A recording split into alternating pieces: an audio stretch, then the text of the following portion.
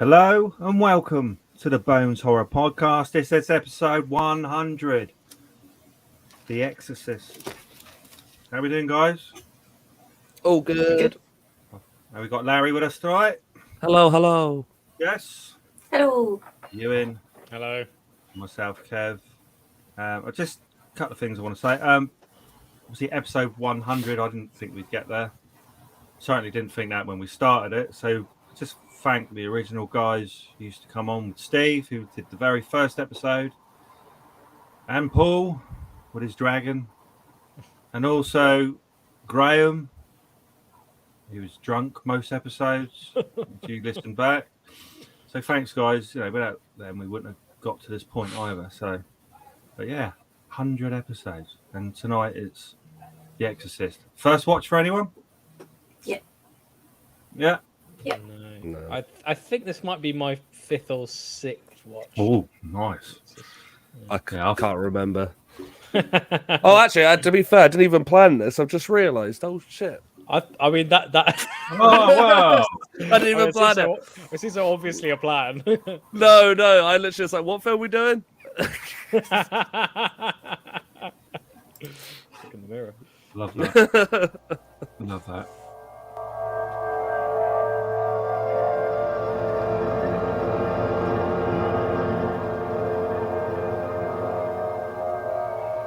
Somewhere between science and superstition, there is another world. The world of darkness.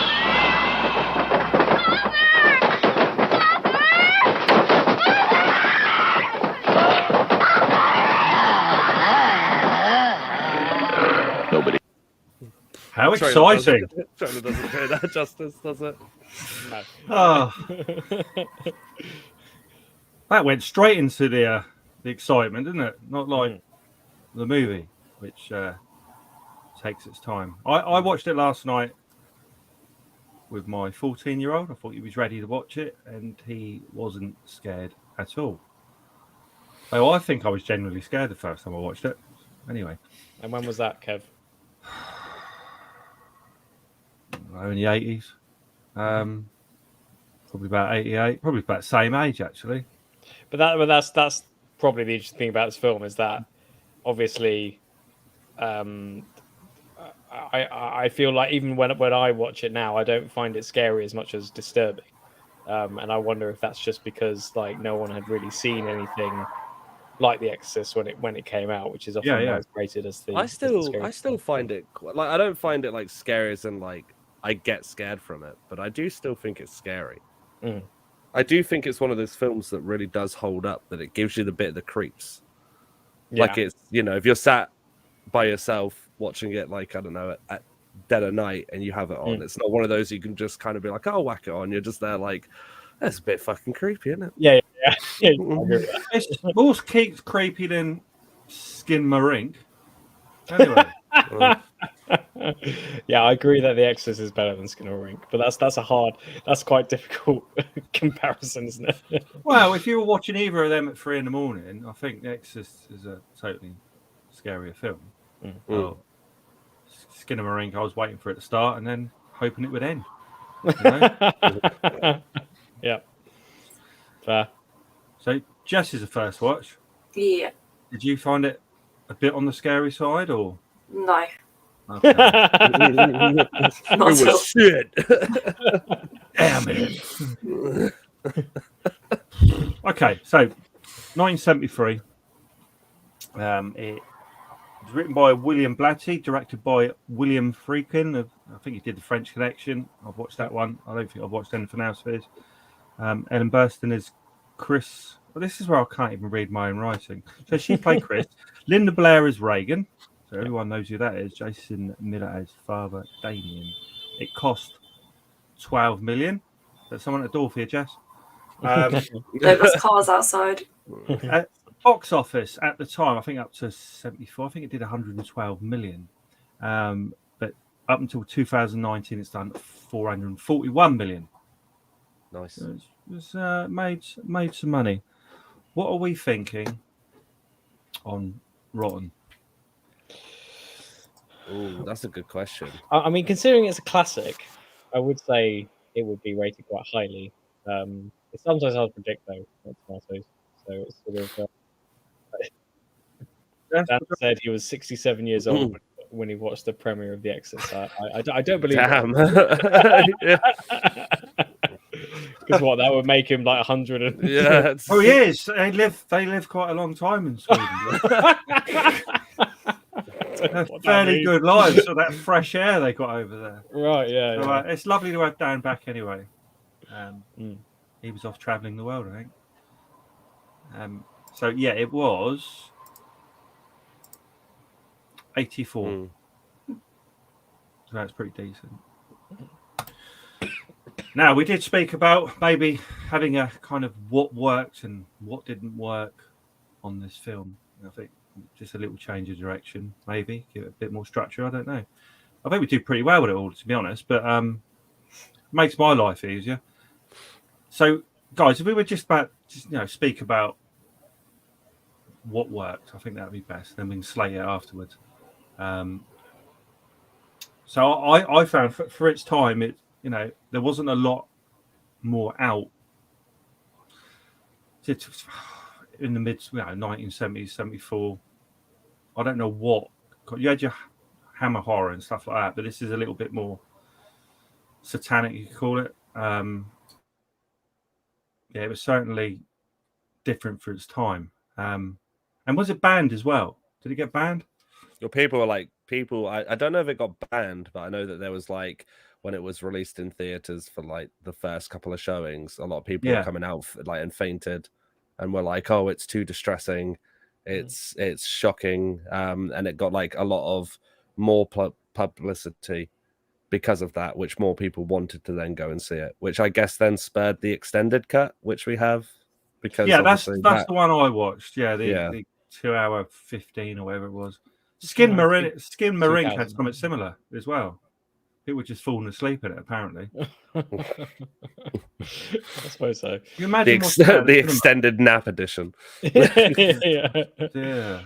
But I mean, interesting. I mean, with this film, it was actually part of my university dissertation. At least in part of this film was that it came out. Oh yeah, it was. It came out during the New Hollywood movement in America, where basically the Hollywood film industry was going through a kind of economic collapse, and so they had a system where they had lower budget productions, which garnered higher gross.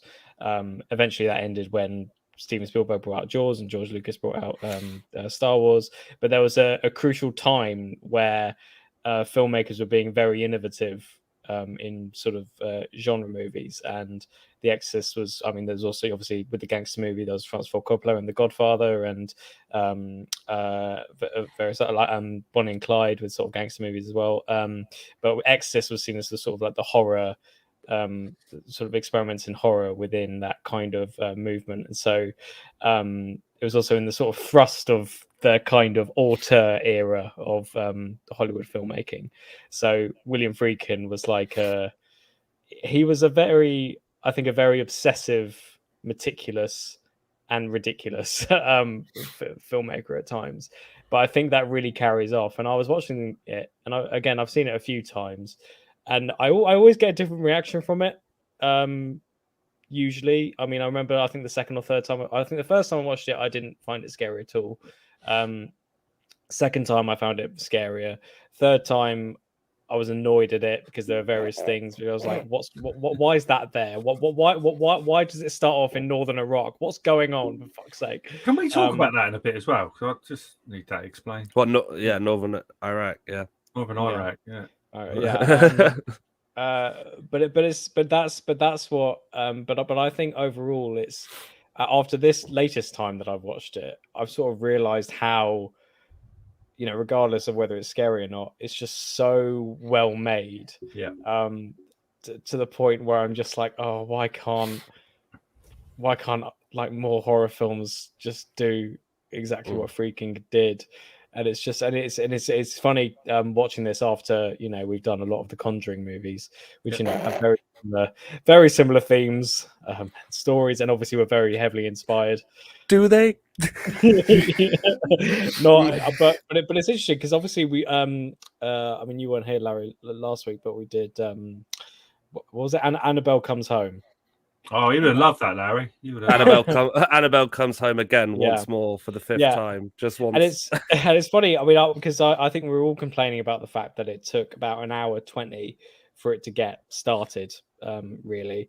And then I was watching Exorcist, and Exorcist has it takes its time, but because Freakin's so good at building tension and dread and just putting in weird images within the narrative, it really works that he builds it up that much. And I think, and more than most horror movies actually. And actually, watching it this time, I realized that if you sort of, I don't know, put all the horrible bits together, I'm not sure if it would span more than about 20 minutes of the film, probably.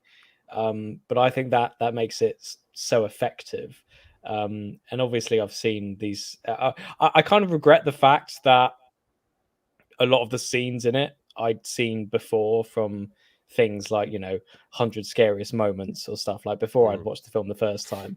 I'm kind of annoyed that I didn't get to experience them all at once at the same time or whatever.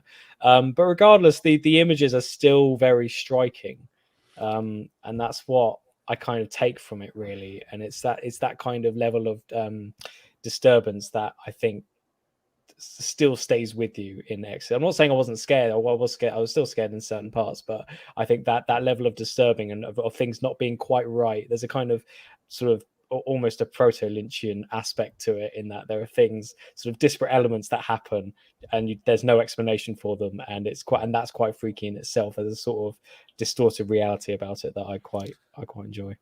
I remember watching this film, not the age I was, but it was when I was really young, and we had it on an old VHS tape, and I wasn't allowed to watch it for the longest time. And then one day, I think my dad was just like, "Oh, he's seen The Thing. Fuck it, put it on." That sounds great. Oh, honestly, so many horror films. Loved it. But yeah, I remember the first time remembering that I was scared by it. And I think, but I think that goes hand in hand with kind of what Ewan was saying, in that as I've got older and I watch it, I actually do think that like the likes of A24 and directors who have gone into A24 have taken a huge note from that film of scary doesn't, it's kind of like the opposite of what James Wan does. Like James Wan goes, I don't need a story. Bap! Here's a jump scare. Bap! Whereas this film, I think, is more, I'm not going to say like now I find it terrifying, because I don't, but I do think that it's creepy. But I think that's because of the elements of the story.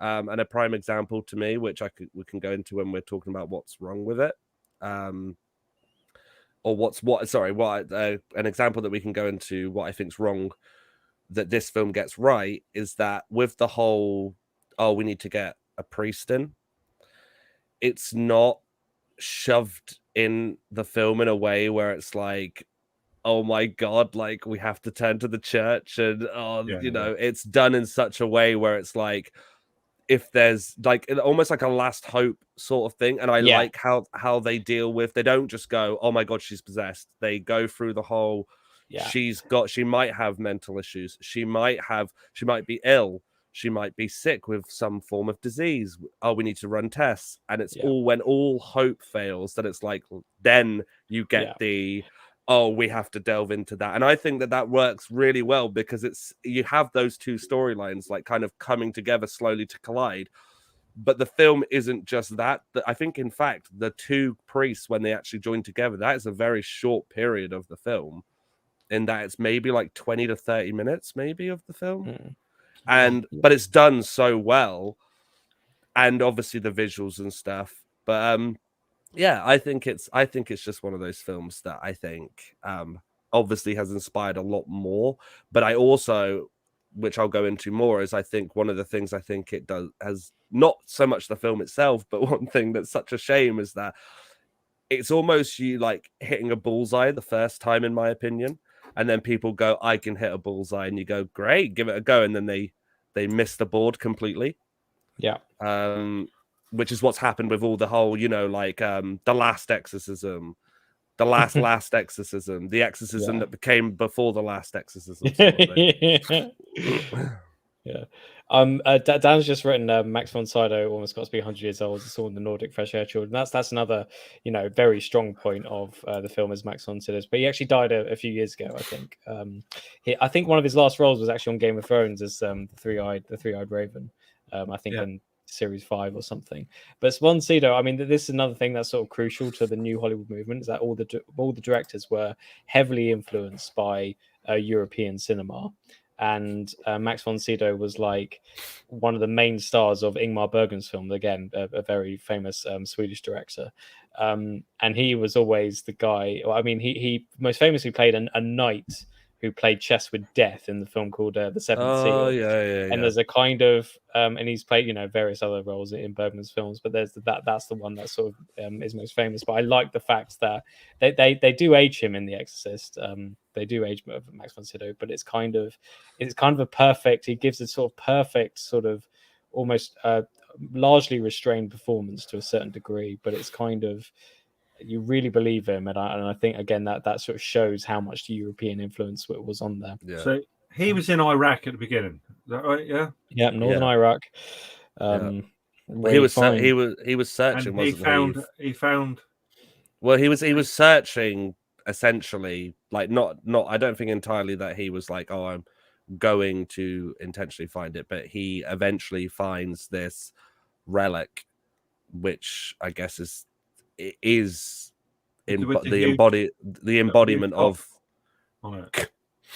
Yep, that's why he wanted to find it. He was like, "Where's that relic with that huge ass cock?" That's what my son said. What voice? How just comes up on the screen. Just whoa, that relic's got a huge wang.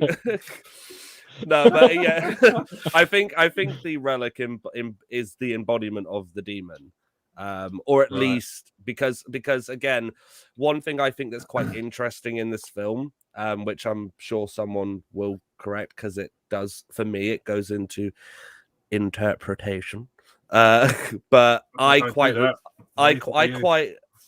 like how they don't give you a full-on answer as to why or how she is possessed. There's not a scene where she's in the attic and you see a light go into her and she's there going like, it's just, they imply it so greatly, I think, where it's like, oh, what you playing with? Oh, a Ouija board. Yeah. Why are you playing with that? Oh, I found it. Do you want to play with it? Oh, I've been playing with this. And you immediately go in your head, you're like, well, that's how, but there's no dramatic, oh God, she's suddenly like clicking her neck. It's all so subtle in that that's another thing. Yeah, I mean that's another thing I noticed only this time around is how dreamlike the film is, and it's kind of because it's interesting how it starts. I didn't realize actually until this time that the first shot of the film is actually outside the building in Georgetown, or outside the house where the Exorcist happens, and then it kind of cuts or dissolves to. I think it's a religious statue, and then it goes into northern Iraq, and you've got these weirdly disparate images, sort of like dissolving together. And to me, that sort of adds to the sort of the nightmarish element of the film. And obviously, you've got the scenes in northern Iraq, which I actually like much more this time around because I think it does set up that. Almost surreal, quite weird, quite eerie aspect of things. Sorry, I can't believe that. I've just seen. So we just saw the private chat. What Jess has put on. I'm waiting to get to Jess. I'm so looking forward to it. I can't believe that. So How? Jess, could you tell our listeners and our viewers what you just put into the chat? Can you also read it from the top to bottom, please? Yeah, here we go. Okay, so my messages that I put in the private chat say, I think I watched the wrong one. Definitely didn't watch this one. I watched the third one by accident. Which is a great film. Oh my God. And nothing you were saying was relating to what I watched. I was like, this is weird. It's a good And then film. I just googled How? it and was like, oh, I gave her the box basically- set. Just put the wrong disc in, haven't you, dude? yeah, I blame my dad because the first disc, when It's I in the opened it, third one. to be fair, I could just see when it said The Exorcist, and I read on there and checked. So I put it in and just presumed. Yeah, But when You the must have been titles came so up- confused. You Well, must have been it's so free, doesn't it? confused. But what I was about- like, yeah, this is so boring and like, Yeah. what's happening? What, but It's not scary. doesn't it have a title? The titles come up and say Exorcist. So that trailer at the beginning must have confused you when I played. That's what made me start Oh. thinking. I just love the fact that you must have got like even a quarter of the way through being like, I don't fucking get what's going on. No, no, Her I didn't. talking about past experience, like, do you remember that Oh. time I was possessed? Yeah, Wonderful. Zodiac Killer. I was like, what is this? What am I watching? It starts in northern Yeah. Iraq. The fuck? Yeah, I was like, did it? Was I really not paying attention? So did I miss all of these scenes? The extended Oh. edition adds so much. It changes the whole film. Yeah. Great, Jess. Okay, so So, we can't really involve you too much. No. See you later. Fine. She's I'll go watch yeah, this she's one two now. films ahead. I mean, Yeah. You know how it I was ends. Nothing prepping to for, do with like- it, is it? The third one? Nothing at all, I don't think. I don't know. Jess I can wouldn't tell us. I don't think it is. No, I don't. I haven't so. dared breach. Not like the beyond- second one. The second one is terrible. We've all I seen that, haven't personally we? think the sequels are shit. I like the they third are. one. Are we Wasn't one? doing the sequels? No. God, please. I Isn't prepped what- for no reason.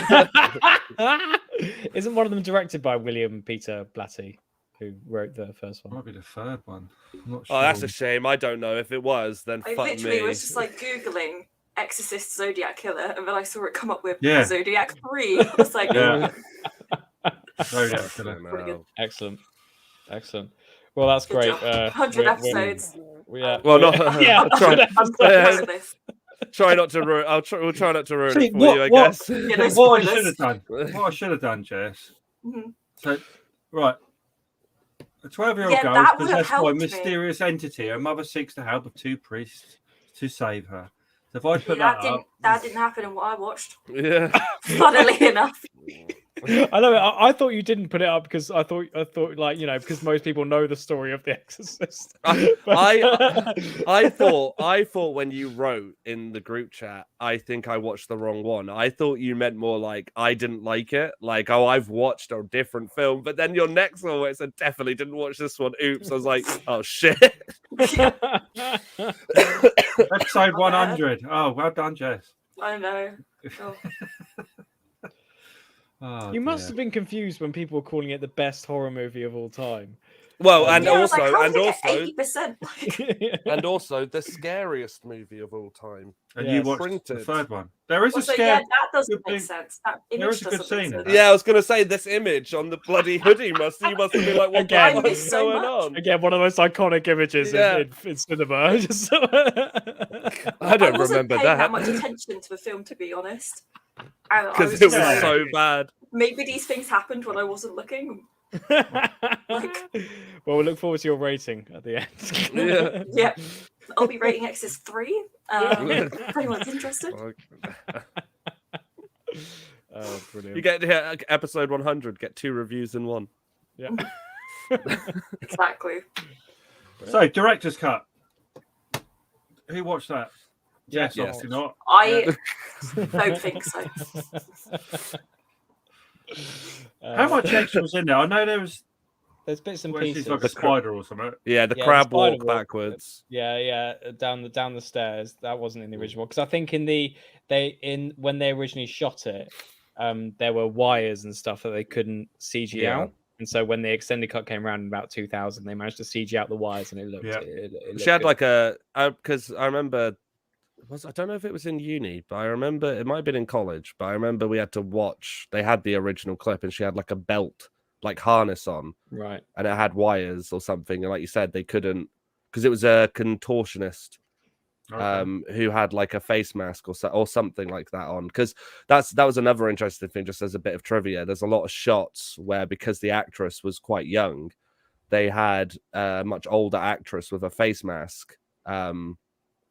Because of all the makeup, doing a lot of scenes where she was either being like, you know, being sick or like, you know, like certain rude. scenes. Yeah. Well, no, ironically, there are scenes like, obviously, sorry, Jess, I know this won't make any sense to you, but there's like that scene, obviously, which I think is a great scene in the film, but obviously, spoilers.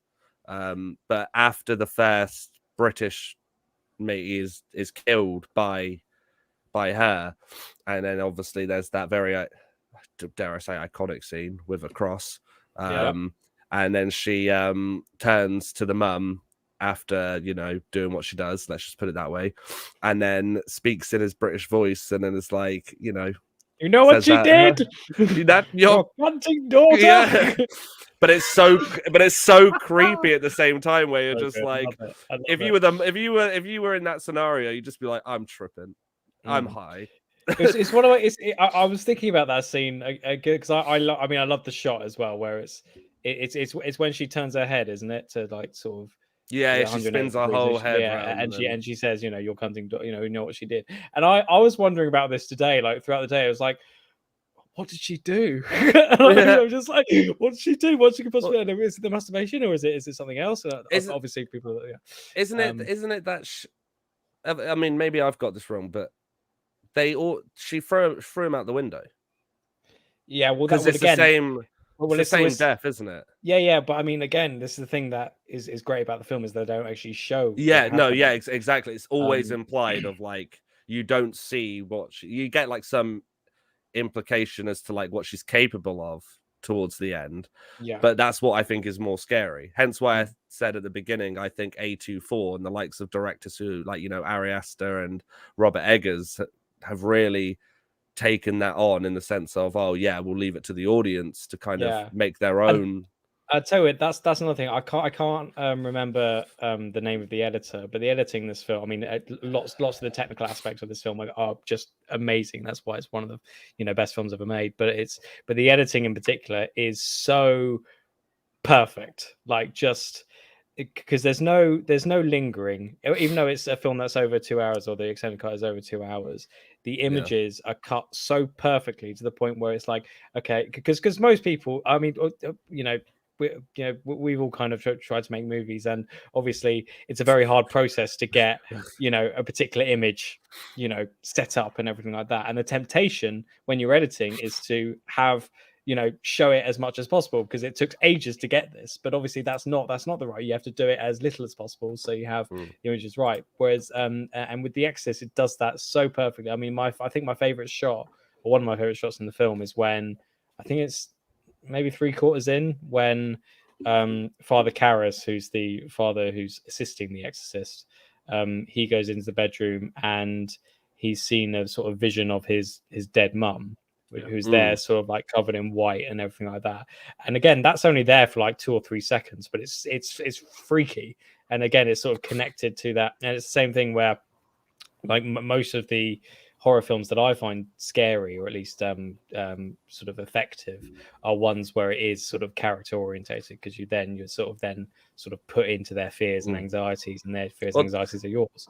I completely agree with you, because there's also the other shot. I don't know if I think this is in the extended, maybe not, but when he's on the street and he can see down the street and it's his mum. Yeah, the dream, nightmare. But then she's got like no audio. And she's just there like shouting, and it's that thing of just like unsettling, like, what the fuck's going on? And I love it. That's the type of horror where it's like, I really like that. Again, it's what it is. I do think that's also one of the great sort of dream sequences in film, I think, because it's so effective. It kind of reminds me of sort of like Buñuel films as well, who's again another sort of surrealist, and I think Friedkin probably borrowed from Buñuel in some respects. Again, as you say, it's in a really weird place as well. It's like he's on a sort of a traffic island in the middle of a sort of New York street, and she's like walking up from the subway and trying to shout his name, but she has no audio either. And then she goes down the subway. I mean, my interpretation is that she's going to hell, or that's kind of this kind of thing. And that was really effective. And again, that kind of supports the idea that everything's a kind of a dream in some aspect, because it doesn't, it's not too much of a break. I think the break from sort of dream into reality is when he sees the sort of necklace sort of descend in slow motion, and then it's got Reagan's scream like coming over the thing, and then that goes to Reagan in the hospital, I think. So again, it's very sort of effective what these images do and how they're sort of put together. It's really another thing that I think the film does perfectly is showcasing, if you want to call it, the demon. It's so subtle in that you'll be watching a scene where a character is just walking through the kitchen, and on one of the counters a face will just appear. Yeah. For 2 seconds, not even maybe that, a second. And this is, if I can stress enough that this is my biggest issue with these ghost films that come out today, is that the subtlety is missed now. Because to me, that is way more scarier and way more effective than, you know, Annabelle comes home one last time to get her breakfast. I just find that I find that, like, I get that subtlety not a lot of people will like anymore. They want like excitement and like, oh, I want to jump out of my seat. But I would argue that this film succeeds in both those ways, because there are scenes, especially if you're watching it for the first time and you have no clue what you're going into, there will be scenes where like you're like, oh shit, that surprised me. But there's equally scenes where you can go back and be like, I missed that the first time. Yeah. I mean that is another thing. I mean, I watched there was an interview that Mark Kermode gave, the film critic, and it's Exorcist is his favorite film of all time. And he said that part of the reason why it's his favorite film of all time is because he's seen it 200 times, and each time he sees something different in it. And I think that is the key to this film, I think, because I've seen it 6 or 7 times, and I have a different experience every time as well. And I think that's because he freaking just blasts so many images that you can't take it all at once at the same time. And again, that's how great movies are made in many ways, because you just get something different each time. I think it's a great film. I mean, there are we going to move on to what yeah, I think let's move on to kind of what we think didn't work. Scary Movie 2, after it took the piss out of it, really. Yeah, that's true. I was thinking that as well. Yeah, I was thinking that as well. Like Scary Movie, like again, the Scary Movie, especially the first 3 of Scary Movie. In fact, actually, I'd say that the 4 one's all right. Yeah, yeah, like those films are great in their own aspect of just like, because I know the Wayans brothers did the first 2, and then it kind of went in a different direction of was it Robert Zemeckis? No, not Robert Zemeckis. Why am I saying Robert Zemeckis? That would be great. I'd enjoy that.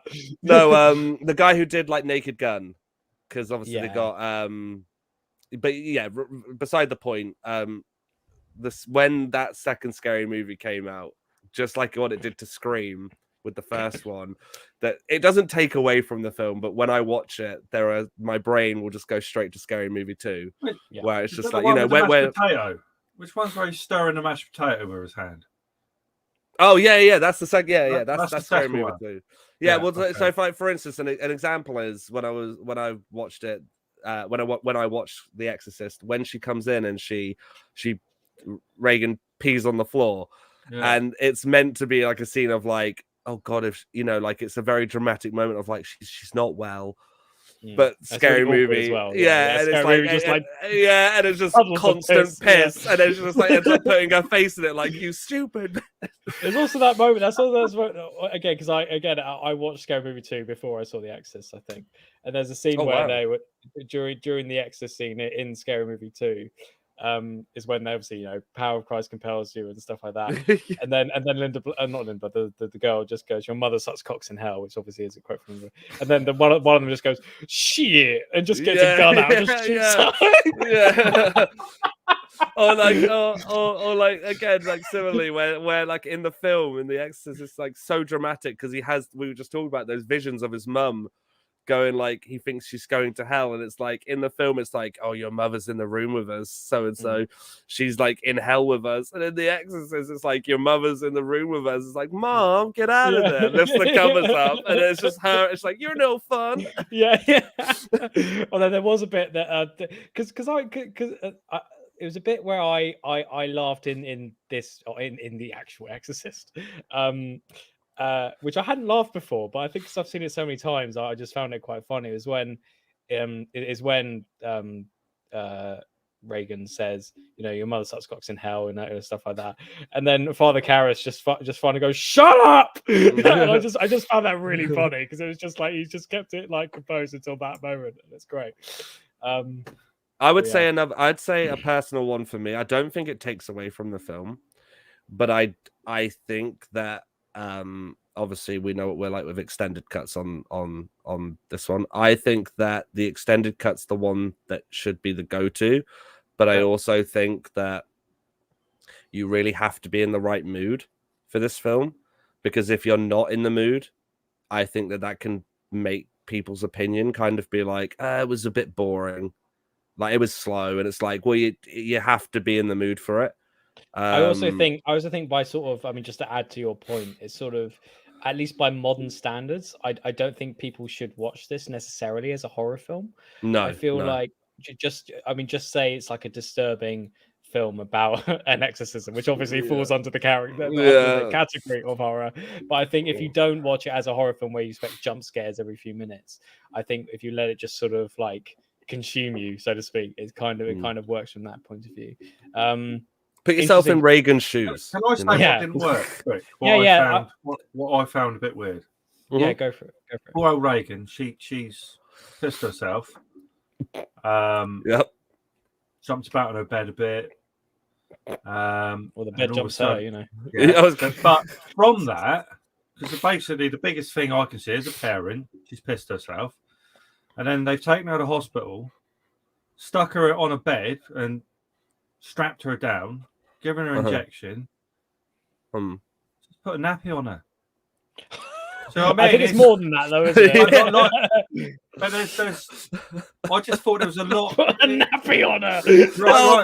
Oh, she's fucking pissed herself. You know what I mean? You don't need to give her electrode treatment or whatever else she was. Yeah, but I think that's to do with like the whole, I guess, like the I don't know if you're going to say the same thing, obviously, but like to me, I get that as like it's going down the route of it's a medical issue or a mental health issue, or you know, they're trying to tick off all the boxes. And as the mum in that film, you kind of get her like from the beginning, she's like, oh, we'll get this sorted, and then as it keeps going and going and her face starts to deteriorate, the mum is then like, I have to turn to an orthodox method that I would not turn to, which is why it works in this film, whereas most of these other films go, oh my god, she's climbing on the wall and her neck is halfway between her legs. Jesus, call an exorcist. And then they have to go to the Vatican, and you usually get the guy go like, I don't know if I can sanction this. Yeah, and I would say actually that I think the scene that doesn't work for me, and I think it's the only scene, although there's one later on that also doesn't make too much sense, but I didn't like the scene where it's the two priests, not none of the main ones, but it was the two priests discussing you know, where to get the exorcist from, and they're in this big room and they're talking to each other. I just thought that I thought that scene wasn't written very well. I think it was just pure exposition to remind you of who the exorcist is. It's like, oh yeah, it's that guy who we saw at the introduction of the film. And I thought that scene didn't really work too well, and I wasn't really convinced by it, because everything else is quite naturalistic in a weird way. And that again, that's part of the genius of the film, is that it sort of brings together sort of naturalistic acting, naturalistic setting, and stuff like that, but puts like a massive like exorcism in the middle of it, and I think that kind of makes it what works. But there's also a scene, it's interesting because I watched there's a great documentary called Leap of Faith, which came out a couple of years ago. I saw it at the London Film Festival. It's on Shudder at the moment, which is basically interviewing Billy Friedkin about the production of the Exorcist. It's just an hour 45 of that, and it's great because it's a video essay almost of sort of like as he talks about his influence and stuff. You know, the influences come on the screen and stuff like that. But there was one bit which I was interested in where he talked about almost the sort of penultimate scene in which Father Karras kind of absorbs the demon spirit from Reagan, and the demon version of him goes towards Reagan, and then the demon like comes out of him, and then Father Karras like jumps out the window, and that's the ending, and then he dies. Interesting enough, in this documentary, Friedkin says, I don't know what that was. It was a constant argument between him and the writer, William Peter Blatty, because and then if you look and if you examine it closely, you realize that it doesn't make much sense, because so he absorbs the spirit. For some reason, the spirit demon then goes away, and then no longer possessed, Father Karras jumps out the window. And it's not, I mean, again, you could put this under the sort of vague heading of interpretation, and that's fine, because it kind of works within that film. You could say that Father Karras, because of things happening with his mother and everything, like felt depressed, and so he wants to kill himself, and that's part of it. But again, you kind of within the lore of it, it doesn't really make sense, and William Friedkin knows that. Is this wait? Am I being confused? Is this actually, this is in the film? Yeah. So when okay, because I was gonna say I always interpreted that as the demon wants to go back into Reagan, and he stops it, and then that's when he goes to his normal self, and he's able to take over and says no, because then he keeps it in him and then kills himself because then the demon can't. And this is the thing, is that I think most people interpret it like that, and I think I also interpret it like that. But I think Friedkin himself didn't understand why he wasn't constantly sort of demonized. Yeah. And then he has to change to his normal face in order to go out. So it's an interesting thing, because if you look at that scene closely, which I'm not sure if many people will, to be honest, unless people like us. Will next time. Yeah. But yeah, it kind of. I mean, it doesn't remove my enjoyment of that scene or the film in general, but it is a kind of. It's interesting when he's been so meticulous about everything else, and watching Leap of Faith, you realize how mad he is and how mad a lot of the directors at the time were. I think he lost friendships over the film and stuff like that, because he wouldn't, employ certain people and stuff like that. And he was pretty sort of crazed. I think there's also a story I read, which was about how, because he had a kind of Kubrickian level of meticulousness, Friedkin, where there's an early scene at the start where the maid is cooking bacon and eggs on like the stovetop.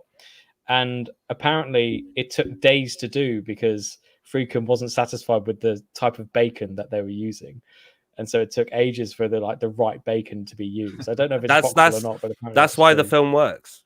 yeah, it's only because that bacon that you see for 2 seconds. It's you don't even realize, like your brain just goes, your brain ticks and goes, oh. But yeah, I mean, I do think overall, I think it works.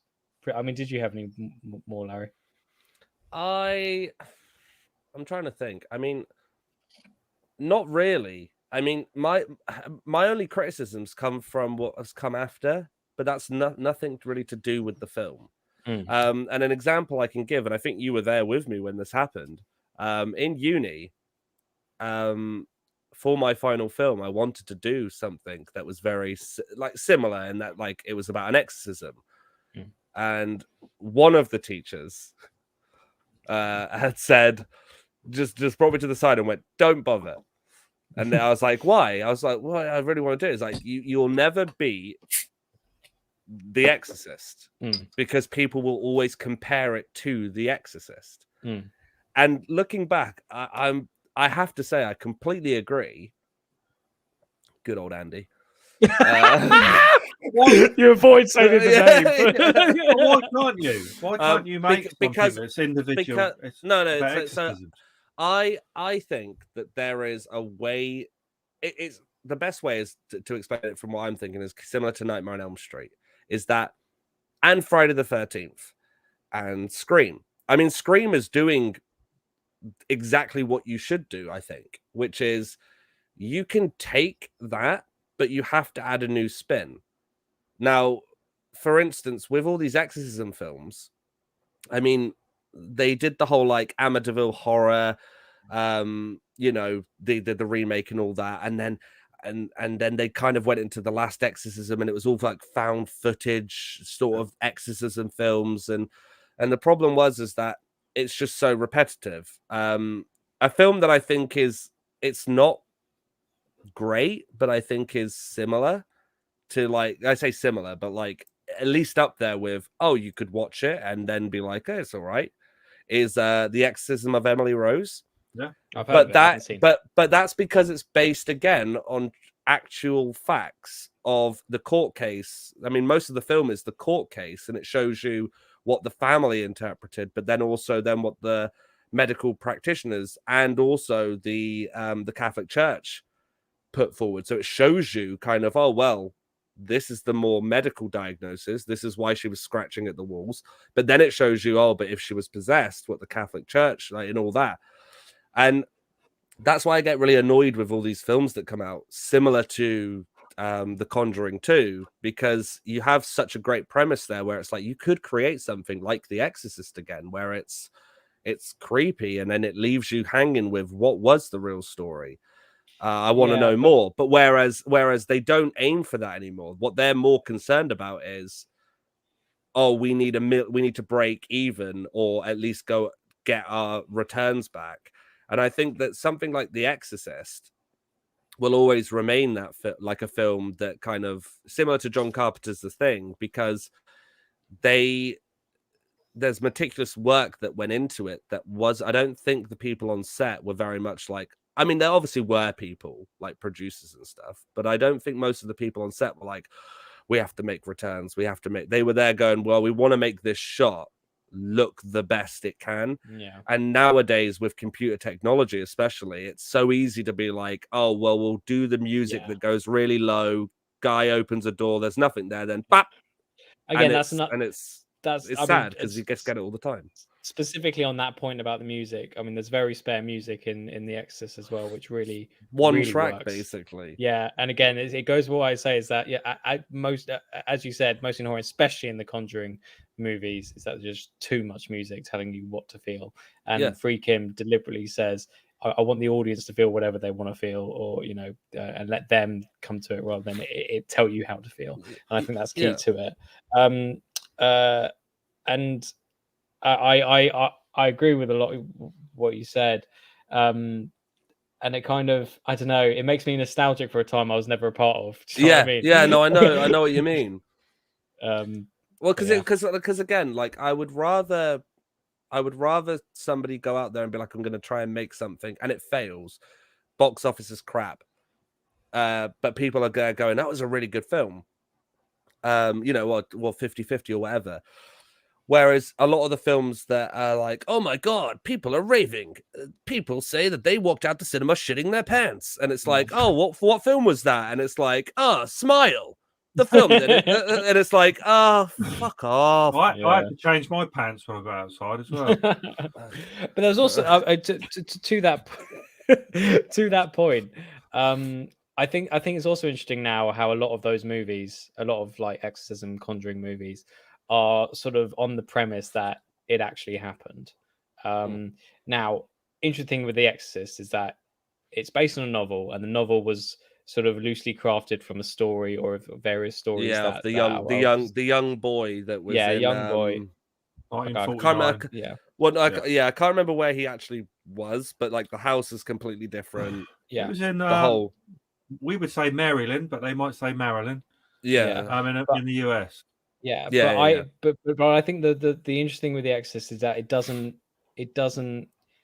I mean, it's weird because it's a very fictionalized tale, obviously, with The Exorcist, and it's like trying to take creative liberties, and that's good. Now, the Conjuring universe obviously do take liberties, but because they want to put forward this idea that it's true, nothing really happens because they want to. I mean, the main thing that I noticed from the Conjuring movies, and probably the last thing I'll say on the Conjuring movies in this particular book, but is that because it's one of the reasons why it doesn't work is because a lot of the tension is not there because nobody dies. And I think the reason why nobody dies is because they're trying to put forward this idea that this is the truth, and in truth, a lot of the people involved didn't die.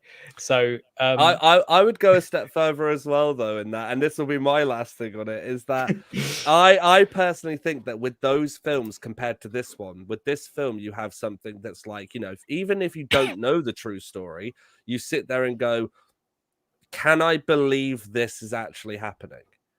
Like, yeah, there are far-fetched stuff in it, like, and there's a lot of imagery where you go, oh shit, okay. But it's grounded in itself. Whereas I think the Conjuring films, admittedly, that's why I like the first one, because it's like, oh, okay, this is the story. We might go a bit over the top here and there, but with this is kind of what we're doing. Whereas with the later films, especially with the second one, which is I fucking hate it, it's because they just sit there and go, fuck off our own story. Here's the jangly man. Here's the nun. Here's the fuck off. Here's the fucking ghost. And you're just there like, ah. And not in fear. James Wan, my email is. Although I was quite impressed with Megan. I want to get off. Yeah, I haven't seen Megan yet. So, Me 3 Yang. Me 3 gun. Let's rate it, Larry. I will happily give it a 10 out of 10. Happily. Jess? He's muted, so stay muted. A solid 2. Solid 2. Yeah. You win. What would you give the film based on everything you've heard? Instead of DNF, like do not finish. It didn't start. It did not start. DNF. Better than The Conjuring. Yeah, 6. Oh, not bad. You in? Yeah, I think I'll give this one a 9. I'm not as emotionally attached to it as a lot of other people are, but I just can't. You can't argue with how great the filmmaking is and how it kind of grips you in that way. Even if you're not emotionally engaged, it just engages you regardless. So yeah, 9 for me. Can't relate. You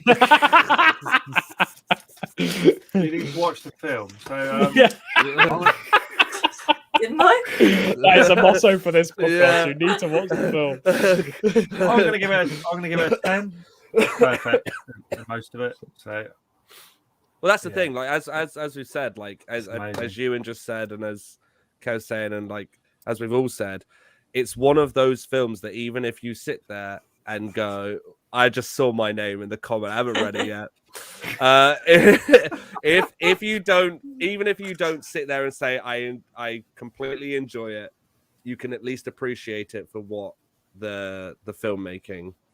Right, let me read this. Larry is longing for Nun 2. You can tell by his body language. He's gagging. I think for you it. are. I think you're absolutely gagging. Just give me the Nun 2 extended edition. 4 hours long. 4 hours long. Introduce just more fucking ghosts. Make it the Hat Man Boy jingle. Isn't there a what's the film coming out with the Jangly Man? The Jangly Crooked, the Jangly Crooked. The Crooked Man was deleted or whatever. It was yeah, because they thought that one would destroy. I thought there was a Hellboy Crooked Man film coming out soon. Well, I think there is. Okay, it's decided. Yeah, I think there is. Check back in when we review it. Anyway, let's move on to the award-winning part of the show. Dan's hot pick.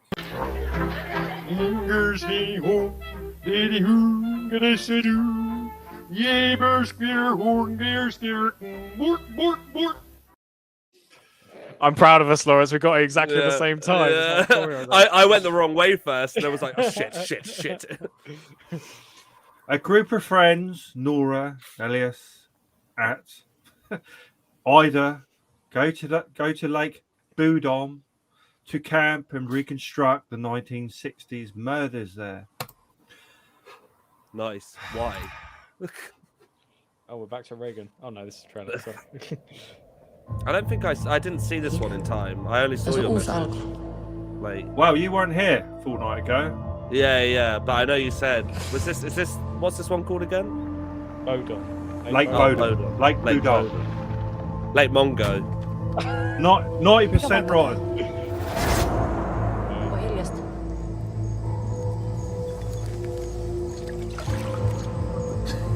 Am I watching Friday the 13th? Yeah, it looks like it, don't it? Yeah. It's the Michael Bay one.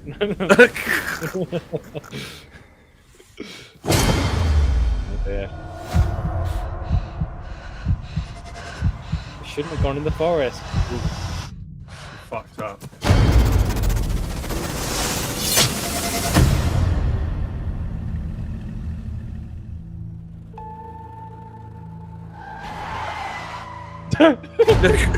Bit dramatic. Yeah. Right, that was the film. Pretty much. That was the film. That was it. That's how it ends. The whole That's how it It's ends. about to show it. Well, it's probably going to show the end then because it showed everything else. That was the beginning and the middle. I really like this film. I think there was in Lake Boodham, or there was a murder there in the 60s. I don't know what this film's got to do with it, but anyway. So basically, there's a girl. There's another girl that really likes her. They went to a party, and apparently the girl had some naked photos of her released. So they all go away camping, and two of the girls kill the others. Basically, the guys, they kill them, and then Spoilers. from there, from there, I'm not going to tell you anymore because it twists and turns like a twisty turny thing, as Blackadder would say. So it's great. It's brutal. Last 20 minutes, absolutely brutal. I think Larry'd like it. I think it's right up your street. It's only about an hour 25, so it's an easy one, and it's great. I don't know what else to say about it, but that trailer really does give away a lot of what's going on, which pisses me off. Yeah, good. So no one else watched it, I presume. Jess, no, you probably watched something totally different. Was there a cabin in the woods? Maybe I watched it. There was a cabin in the woods. Well, Yeah, there was a cabin in the was there woods. a witch? It's from Finland. It's 90% Rotten Tomatoes. I don't think there was a witch, no. So the thing with this film, there's no heroes. It's like, wasn't that film with the cabin? There's in no the woods? heroes because obviously the people that have been bad, then you're not rooting for anyone really. I don't think the characters are very likable at all, but it does have a brutal ending and definitely worth watching. So yeah, I have a quick question. go on. Dan, if you're listening, have you ever seen a film called Lake Mungo? Because if not, that should be your next pick. Because Is that Australian? It is Australian. Okay. I'm happy to watch that. We But, love Australian films. It's great. I'm interested to know if Dan's seen it, because if not, I'd be interested to know what his take on it is. I just had in my head. This is a ridiculous thing to think, but my first thought was, do they have any lakes in Australia? Well, they clearly do. It's called Lake Mungo. I don't know. I just never thought of Australia having a lake. I mean, it's a big country. I'm assuming there's at least one. But weird. It's They have one. That's it. And it's called Lake Mungo. Ironically, most of the film's set in a desert. Yeah. So That's not even a joke. there we go. That's what Stan said. Yeah, you're right, Dan. That's just slowly losing it. Tears. So anyway, should we move on to what we've been watching this week? Yes. What have you been watching? No, seriously, what have you been watching? So, Jess, you should start with Exorcist 3. The Exorcist 3, right? So this week we watched Exorcist 3, Jess. How was it? Was there a scary scene in it? You know what? The only point that I jumped wasn't even a point that I think is meant to be scary. Was it in a cell? No, it's Like when a holding one of the nurses or whatever, she goes into the room where the ice is cracking. Okay. And then the guy jumps up and she screams.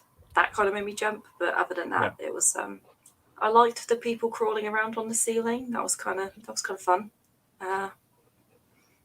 Heads were getting chopped off. Oh, and then the lightning in the jail cell. Yeah, It sounds really subtle. Hole in Yeah. the floor. it's actually a very good. I really like Exorcist 3. Exorcist 2 was so poor, and then Exorcist 4 or whatever they're called, the beginning. There's a new Exorcist thing This- coming out later this this year year, as isn't it? well. Yeah, But is it going to be low budget? This is I why. don't think it is low budget. Yeah, but I recently saw something come up which said that it was the new Children of the Corn like Oh, yeah, that's Oh, coming Em's out so soon. excited. Yeah, no, but that's the So thing. excited for a new Children of the Yeah, Corn. it came up and it said new, and I thought it was a fake trailer. And it started, and I was like, Right. Definitely coming out. God, this is real. How I was many like, this Children is of the real. Corns are there? There's about 10. Like isn't 9, there? aren't there? Yes. About 10, 9. We should do that. Yeah, I've never seen Children of the Corns. This Oh, that's good. Oh, the First- original's fantastic. Everything Stephen else King. is shit. yeah. So I'm going to put one down I've watched this week. You guys were meant to show, send me over what you'd watched and you haven't. So Sorry, Curve.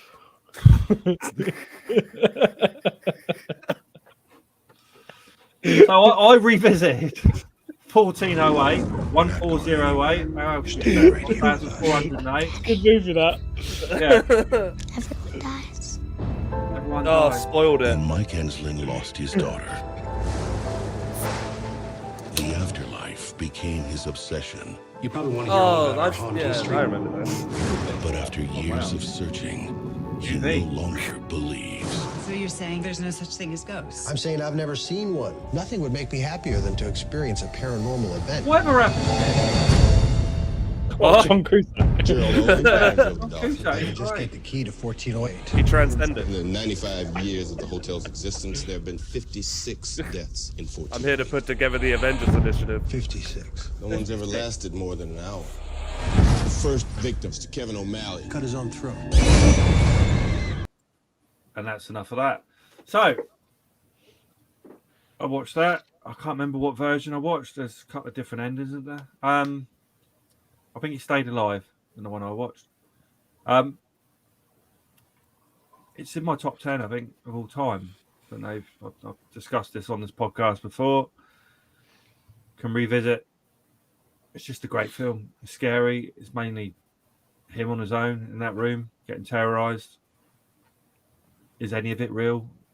You know, and it's a great film. Have you've all seen it? I know Jess probably hasn't. I haven't seen it in a while. I have seen it. It's in my top. I'm a 50-50. I Okay. think for the first half of the film, I completely agree with you. I think the first half of the film is great, and I think the second half of the film is boring. But I agree. The first half of the film and the setup, you're like, oh, this is sick. And even just the concept of like, oh, guy in a room and can't leave the room, and it's like, what's actually going on? But then it just trudges on, and you're just like, what's going on? Yeah, I'd say it is a little bit long. Because the book is a short story, I think. Yeah, yeah, it does go on. That's what happens, isn't it, with these short stories? They just stretch it as much as they can. But definitely worth a watch. I can't say too much about it, so I don't want to give it away. The trailer do that for you. But yeah, good one. So, guys, what have you been watching? Harry Larry. Potter Legacy. No, Hogwarts Legacy, not Harry You've been Potter. playing that, have you? I was going to get that. Is that any good? It's fantastic. Is it? I'm addicted. I'm not a big Harry Potter fan. Until I'm now. Now I know everything. No, it's good. It's really good. Open world. It's basically Skyrim, but in Hogwarts. Okay. Looks good on your PlayStation or whatever it is you got. Yeah, no, it's really good. Really, really good. I haven't started what was that? Not on my PC, it don't. I've heard that. I've heard apparently that the PC version is not running I mean, well. To be fair, right, I played it on Shane's PC. Great, amazing. I have a brand new graphics card. Rest of my PC is literally 10 years old. So Right. it can't handle it. Right. So I'm going to slowly start trying to upgrade stuff Yeah. just so I can play Hogwarts Legacy because It is. Do this, Jess.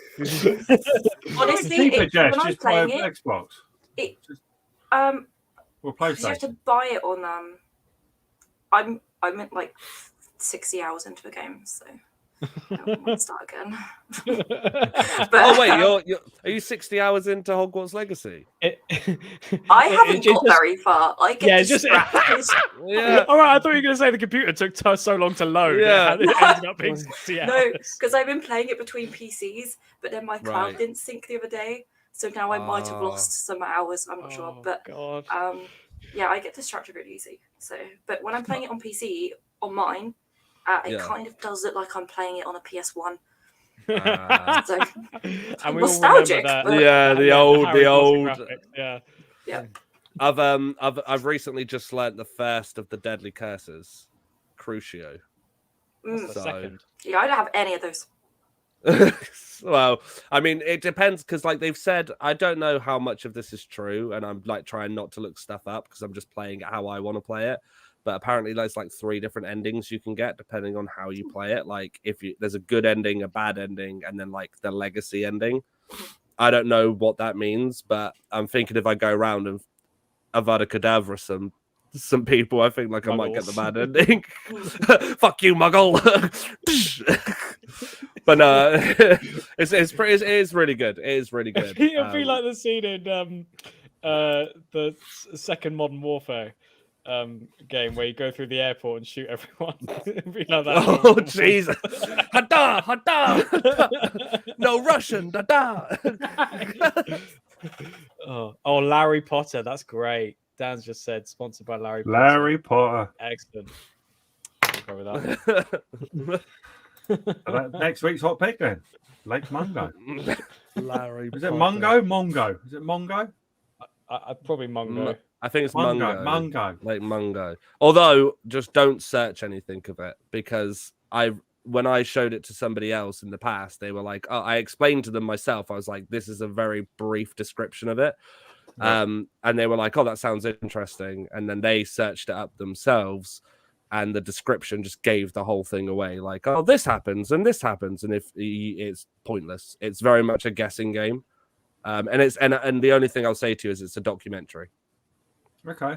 Documentary film. But it's not in foreign. No. I hope not. It's Australian. I mean, yeah, I was going to say. It's foreign. True. Just text at the bottom. I was sorry, I said you didn't say anything. I think everyone did it. But I don't think there is actually anything else. I mean, other than literally The Last of Us, which is the only thing I was gonna. I haven't watched all of it yet. The last episode. The most recent episode, which I won't obviously go into in spoilers or anything, but I just thought was great. I'm getting really weirded out though by like all these comments that are like, and I believe one came from someone in there, which was like about all the comments to Ellie. I fully get that she's not the Ellie. Sorry, mate. Yeah. Through the... I don't like her. No, but like the thing is like I fully get that she's not the Ellie that like people who played the game are used to, and I was the exact same before I started the series because I was like Pedro Pascal. I think they had showed enough of him in the trailer where I was like, that's his Joel. But you didn't really see a lot of Ellie, so I was a bit like concerned. Will she pull it off? First 2 episodes, I was like, yeah, no, this is Ellie, but it's a different interpretation. But it's her version of Ellie. Yeah, and I was like, great. But there are comments. I saw a comment on the trailer for next this Monday's episode saying like, oh, I can't get used to this to Bella Ramsey's acting of Ellie. Her forehead's too big. You could fit something like this on it. I was like, yeah. What? I was like, what? If that's seriously what's taking away from your enjoyment, then fuck me. Like, just go play the game. Yeah, I was just hoping they change it for the second series. Why? she's really decent. She's really good. She's really good. Yeah. And I what don't you like about her? What don't you like? Her forehead.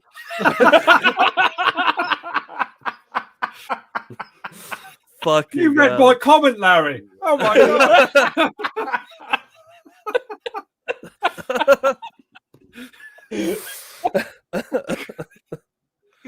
Fucking hell. We get someone in with a smaller forehead, it'd be perfect. Can they CGI her forehead? I don't know. No, I don't know. It didn't sit Well, that's all. I don't know what it is. But you haven't seen the most but recent she's one, about right? 26 in real life, isn't she? No, I think she's about 19. I think she's. Yeah. But she And looks fairly young. I Yeah, think she she's- does Oh, look yeah. very young. Yeah. That's the thing. Have you But she is not older.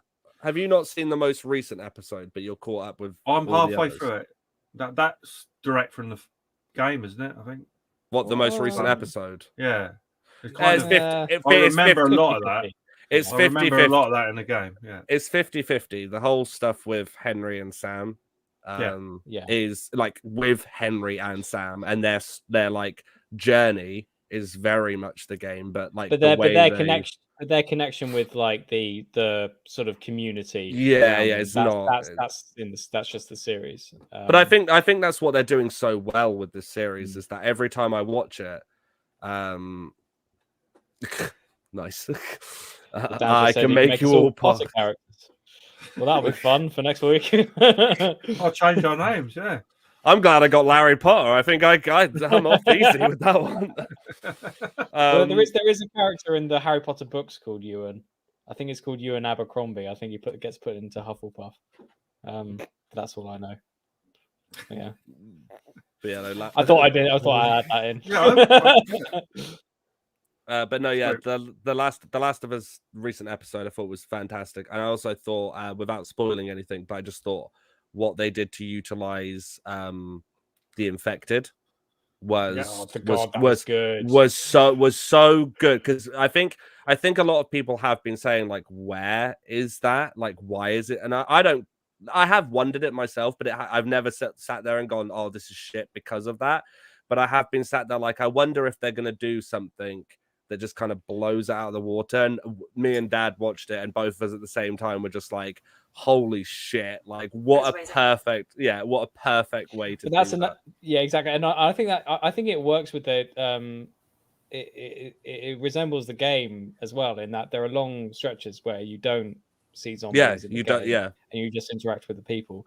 But the way in which the zombies just come back is just I mean, it's fucking scary. I mean, when you're watching in the middle of the night with the lights off and everything, it's just sort of, oh god. And then the bloater comes out. It's just like, well, I didn't realize. I haven't seen a bloater yet. Oh, sorry.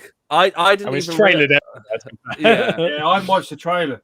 I didn't even realize, as a last added note, I didn't realize that the actor who is playing the main, like the antagonist woman, the actor who's playing her right-hand man is Tommy from the games. Tommy Literally saw the end credits and saw his name and went, fuck me, I can hear it now every time he spoke. But I'm excited to see, because I know Ashley Johnson is in it, and I know that Troy Baker is going to be in it. So I'm interested to know where they're going to show up. Okay. So interested. But that's all for me. You yeah, I mean, I have seen the series, but I'm not allowed to talk about it. So put that aside. That comes out next week. In case you're interested, something good is coming out next week. But I also watched The Law According to Lydia Poet, which is a new Netflix series. It's an Italian series. It's basically like a procedural law drama, but set in the 19th century, with this woman who is it's sort of loosely based on a true person, on a real person. So Lydia Poet was like the first female lawyer in Italy, and it's basically like almost like it's done like a procedural law drama, but with her at the center.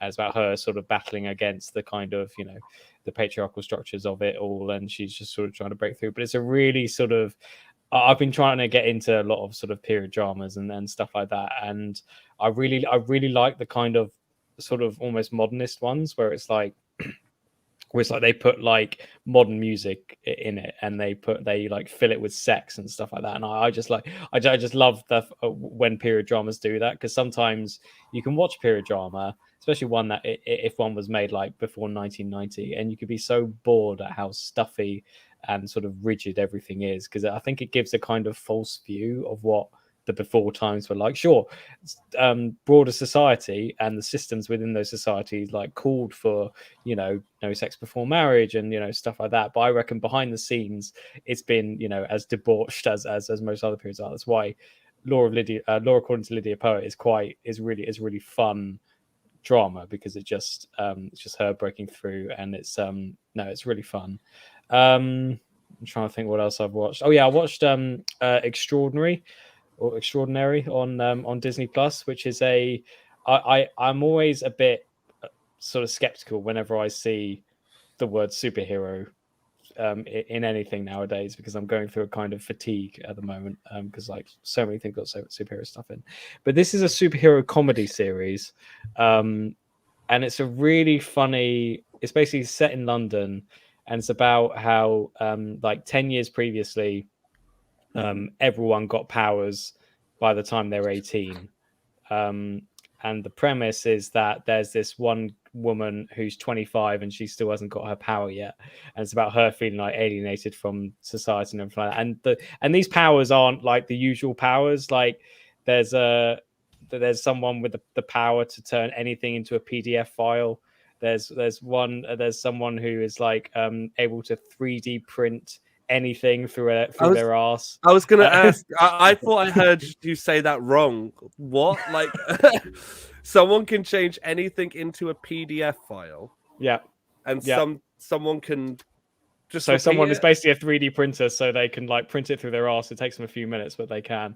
And there's this guy who can go through walls, but not very well. And sometimes he gets stuck inside the wall. It's a really funny because it's not like the usual thing you'd expect from this kind of series. And some powers just really like silly, and I quite like that because it kind of takes the piss and it's really funny as well.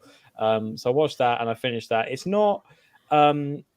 I kind of wanted a bit more emotional engagement from it, but there are enough jokes, and I really enjoyed the characters, especially like there's quite a few like disastrous characters in there, and I kind of like these sort of I'm kind of getting to sort of quarter life crisis dramas at the moment, because I'm a walking quarter life crisis, to be honest. But it's sort of I'm just really enjoying that aspect of it and trying to like figure out what your life is in your 20s and stuff like that.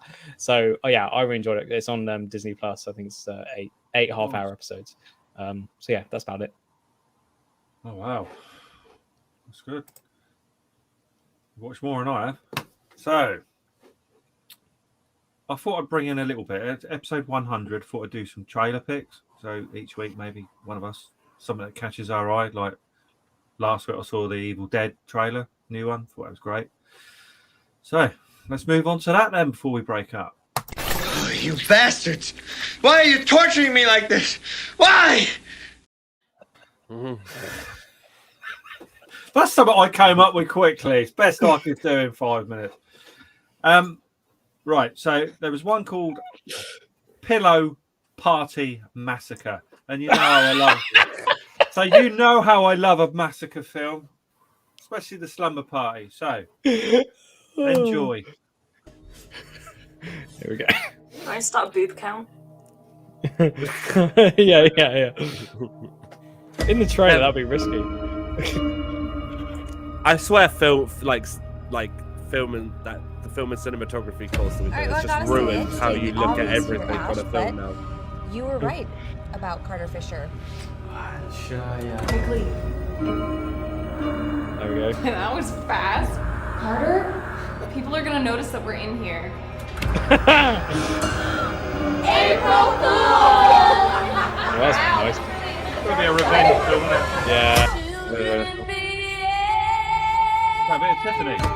I know my grief isn't worse. They must have than had a anyone lot of money for the else's, copyright of but that song. Sometimes I do feel like I am completely alone. Do we in that matter of fact? Probably not. Oops. I come home to try and put my shit behind me, and BAM!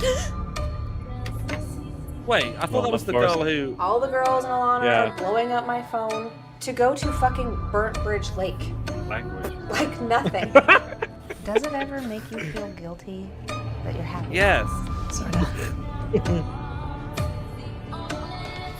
I'm surprised Mickey isn't here. Someone should call her. Barb's mom called to tell us that somebody fucking escaped prison, and then we get here and now Mickey's missing. She should have been here before we were. Oh dear.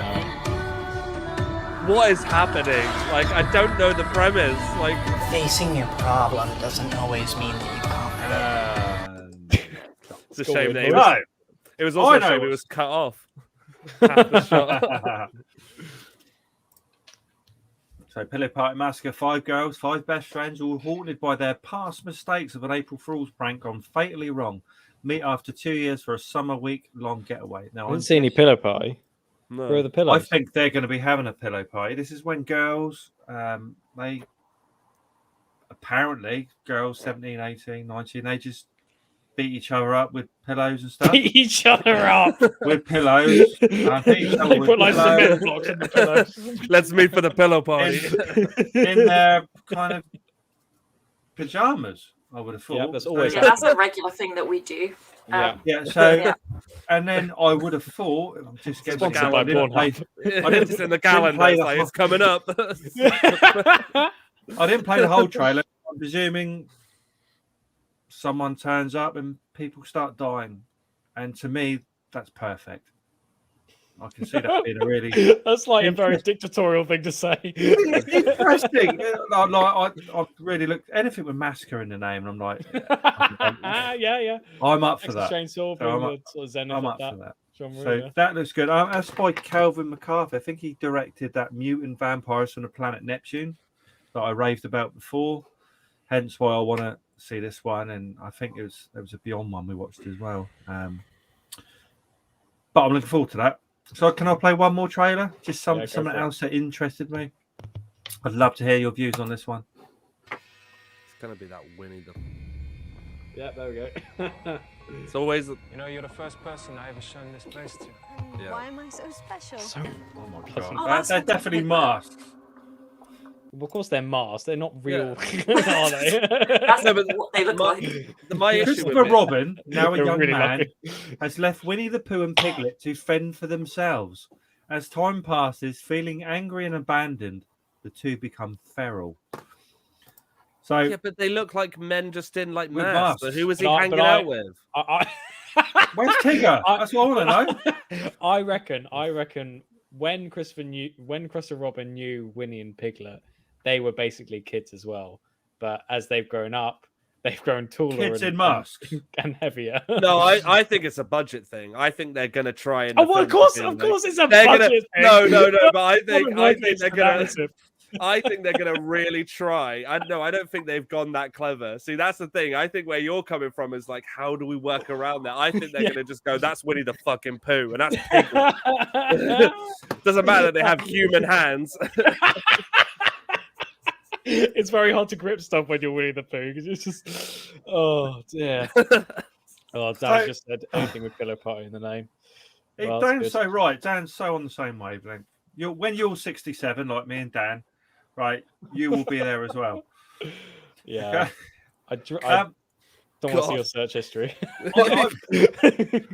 I'm looking forward. I'm really looking forward to that. Both of those films, actually. I'm weirdly looking forward to it as well. I know it's going to be shit. But it's you know. Is that a film you get an invite to? Do you think at cinema? It's an interesting question. I don't think so because I reckon it wouldn't have had the reach.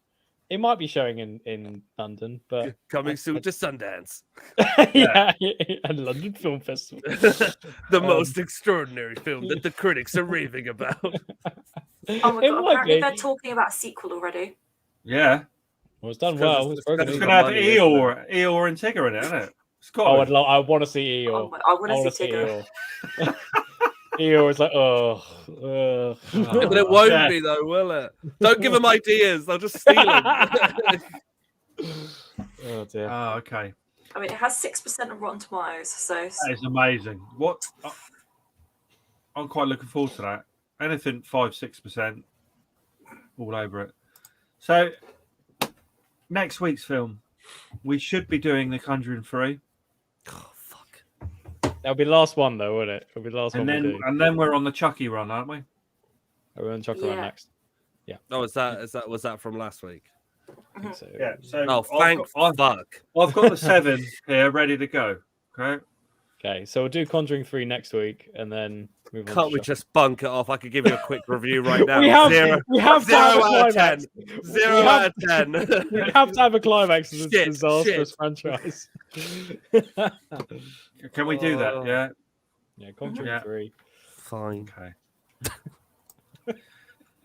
So if you want to follow us on Twitter, it's the Bones Horror Pod. Instagram's the same, I think, Jess, isn't it? Yep. You email us at the boneshorrorpod@gmail.com. And this was our episode 100, which is amazing. I think we're nearly at 3 years been doing this now. And it's been a pleasure. I think we're going out every fortnight now, if that's okay. So we'll have next week off, and if we can have all your trailers this time, that'd be great. Yeah. So we'll see you all next week then. Goodbye. See you later. Bye.